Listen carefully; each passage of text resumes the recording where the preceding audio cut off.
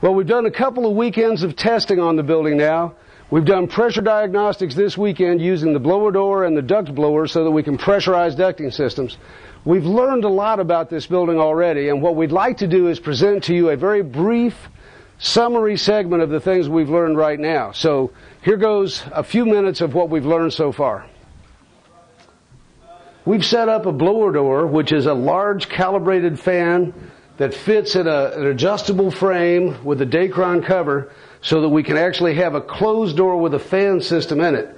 This allows us now to either depressurize or pressurize the building, know how much flow is going through the fan, and understand what the leakage characteristics of the building are.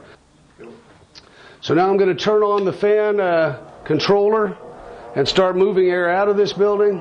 As we took the reading on this building, we were able to get it up to about 25-30 pascals. So this building is so leaky that this fan doesn't have the capacity to move enough air to create a 50 pascal pressure differential between inside and out. So we use a mathematical formula to calculate what the leakage would be if we were able to move that much air. We've determined that this building has a leakage rate of about 0.81 air changes per hour. About 80% of the air is exchanged with outside air every hour in this building. That's a lot of air leakage. We think that there's a real opportunity to save money by doing some air sealing in this building. This is the return duct in the ceiling, and we've got enough leakage that we're actually pulling air from outside through the ducting system and into the building. Okay? Using the blower door. This, the furnace system is not operating at all. This is just pressure caused by a fan that's blowing air out through the front door of the building, sucking air in from leaks in the ducting system. And we can test to see if we've got the same thing in the supplies. We have a supply duct right down here. Let me move over there and we'll see what we have in this supply.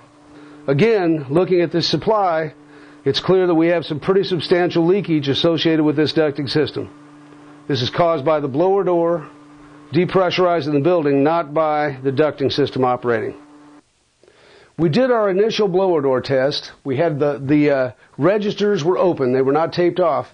Then we wanted to make a comparison and see how much of the leakage that we experienced in the building was actually associated with duct leakage. So we came in and taped over all of the supply registers, and we taped over all of the return registers, which are high in the system on the ceiling, in the entire building.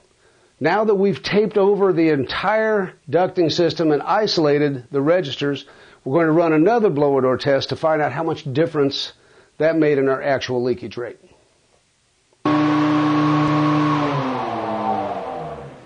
We've done another blower door test with all of the registers taped off and calculated the amount of leakage we have and did the math necessary to understand the air changes per hour. We found that with all of the registers taped off and the ducting systems isolated, we've dropped from 0.81 air changes an hour to 0.56 air changes per hour.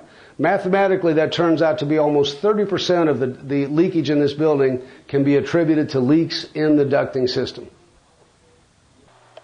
So we have hooked up the duct blaster to one of the furnace systems that serves the west end of the building above. This is down in the basement. We've got two furnaces that are teamed together to blow into a supply plenum that's above the two of them and suck back from a return system that's connected to the two of them. So we're actually going to try to pressurize this ducting system. We want to measure in this digital manometer the pressure that's in the ducting system in our A channel and the flow rate in our B channel. We want to be able to create a pressure differential between this room where we're standing and the ducts of 25 pascals, ideally, and then measure the flow. So we're going to crank this up and see what we've got.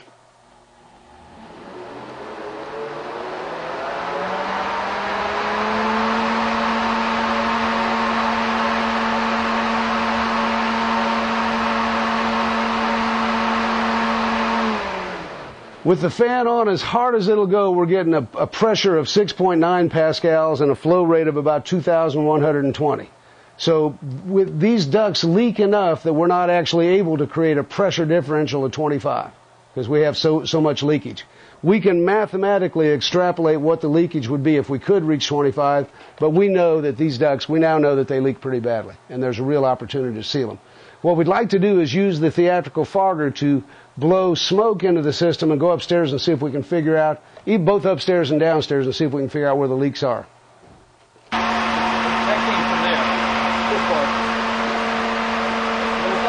Out through all these, every seam and every crack of this ducting system is leaking. Yeah. Look at the smoke in the room. Yeah, we're filling the room up with smoke within minutes, simply because of the leaks within seconds. Each one of these channel drives allows leakage. These are not airtight. As we come upstairs, these can lights are connected to the attic. So what this is showing us is that this system is filling the attic up with smoke within seconds and blowing it back down these can lights. We've taped off these registers that are on the front of the stage so that we could seal off the ducting system so that we can do duct testing, duct pressure testing. So with these sealed off, understand that this entire stage area is being used as a return plenum to suck air back to the furnace, which is over in the corner in a closet behind these cabinets in the corner. And we're going to move over there and look at the furnace itself, but this entire space here now is being used as a return plenum.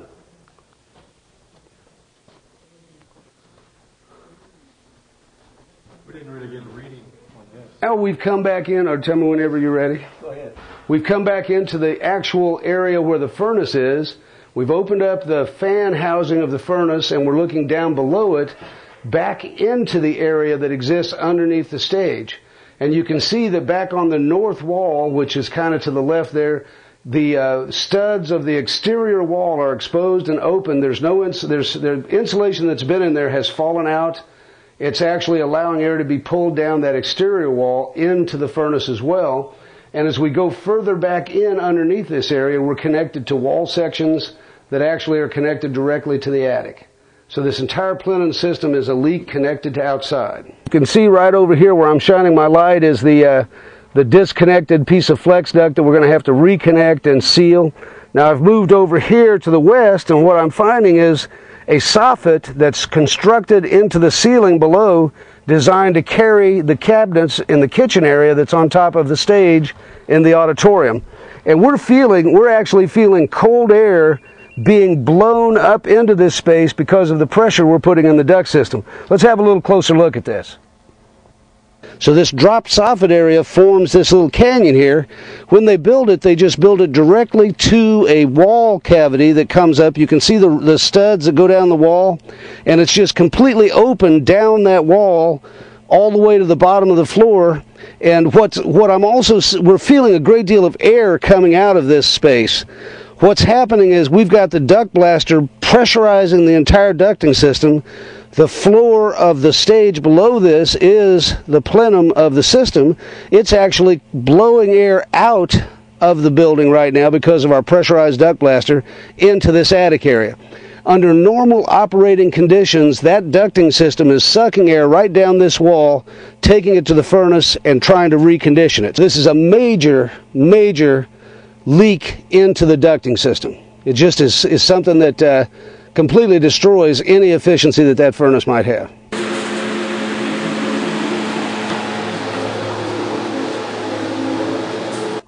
And this wall cavity goes all the way from the attic down past the floor of the stage to the ground, to the cement down below it, and it connects directly with the return plenum of that furnace. So right now, because we're pressurizing the ducts, it's blowing smoke out into the attic.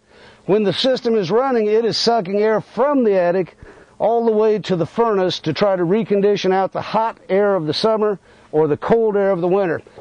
We're looking at the gable vent. We were up in the attic here just a few minutes ago. We've come down. This is the smoke we're generating with our theatrical fogger and blowing it into the ducting system. And what this is showing is that there's a huge connection between the ducting system and the attic, so much so that it's visibly blowing smoke out the gable vents of the attic. We were up in the attic a few minutes ago talking about an open wall cavity by a soffit that's built into the kitchen on top of the stage. This stage we're on is being used as a plenum for the entire return system. This wall right here is framed up to this soffit. I don't know if we can move this. Will it pull out a little bit? Okay. This wall right here, it's got 2x4 framing that goes all the way up past this little drop soffit. We were sitting in the attic looking down inside of this little cavity and down the wall behind it.